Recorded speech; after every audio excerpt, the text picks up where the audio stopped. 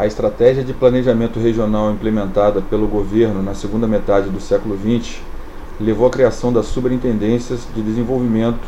Em 1966, foi criada a SUDAM, Superintendência para o Desenvolvimento da Amazônia.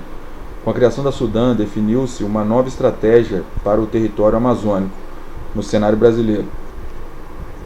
E esta passa a configurar uma nova região de planejamento, a Amazônia Legal, que atualmente engloba os estados do Acre, Rondônia, Amazonas, Pará, Amapá, Mato Grosso, Tocantins e Roraima, além do oeste do estado do Maranhão. Um novo modelo de desenvolvimento é implementado na região e tem como base o incentivo a grandes projetos agropecuários, principalmente no oeste do Mato Grosso e ao longo da calha do rio Amazonas.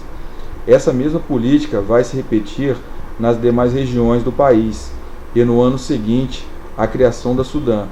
Foi a vez da Superintendência para o Desenvolvimento do Centro-Oeste, SUDECO, e da Superintendência para o Desenvolvimento do Sul, SUDESUL. Essa estratégia revela a forte centralização do poder político característica desse período, já que todos esses órgãos de planejamento são subordinados ao governo federal. Essa unidade socioeconômica e ambiental, de uma perspectiva agregada, esconde uma grande diversidade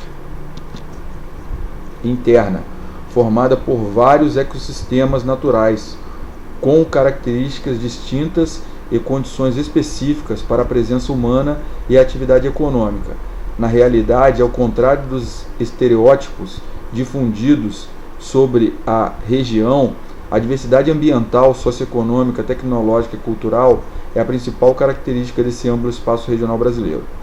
No geral, esses ecossistemas têm comum, além da diversidade e extensão territorial, a fragilidade e a delicadeza de seu equilíbrio no ambiente terrestre, afirma a SUDAM PNUD. O ciclo de nutrientes é essencialmente baseado na cadeia trófica, com pequena participação do substrato inorgânico, fazendo com que a modificação da cobertura vegetal possa ser, portanto, desastrosa, e o ambiente aquático essencialmente lótico, embora com as águas correndo em baixas velocidades.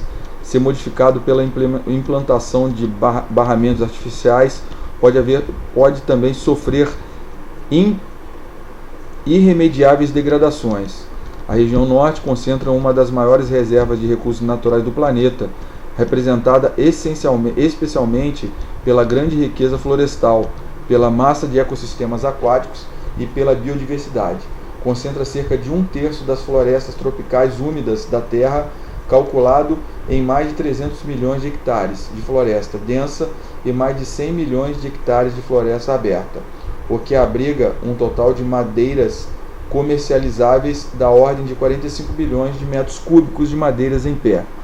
Com uma bacia hidrográfica de quase 6 milhões de quilômetros quadrados, reúne um grande potencial hidrelétrico e de recursos pesqueiros, além de vastas áreas de várzea com potencial agrícola ainda inexplorado. Além disso, tem grandes reservas de minérios tradicionais, ferro, bauxita, ouro e casterita, e de minérios com novas aplicações tecnológicas, nióbio, manganês, titânio.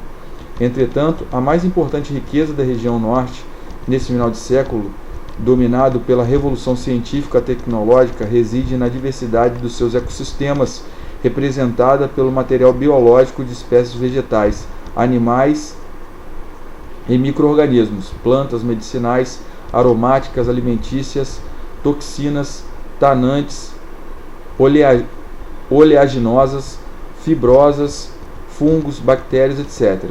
Essas espécies tornam a região uma grande usina de vida, o maior banco genético do planeta, contendo provavelmente cerca de 30% do estoque genético mundial. É uma valiosa biblioteca viva para pesquisa no terreno da genética e microbiologia e para o desenvolvimento da biotecnologia. A grande concentração de riquezas em recursos naturais torna a região norte uma das últimas fronteiras de recursos do mundo, especialmente do Brasil. Com o esgotamento de fontes internacionais e a implantação de vias de penetração econômica, a região norte ganhou destaque nas últimas décadas e se transformou numa região de fronteira. Esta característica vai determinar e explicar as frentes de ocupação e as diversas iniciativas políticas orientadas para a integração na região norte, na expansão econômica e modernização brasileira. Por outro lado, sua amplitude, localização e acumulação de biodiversidade tornam a região norte uma base de interesses e disputas geopolíticas, constituindo um complexo ecológico transnacional integral e articulado pela continuidade e contiguidade da floresta. Juntamente com seu amplo sistema fluvial, a região norte une vários subsistemas ecológicos na América Latina. A dimensão territorial da Amazônia brasileira lhe confere um estatuto de quase continente, com a floresta amazônica compondo um grande maciço natural concentrado no território brasileiro.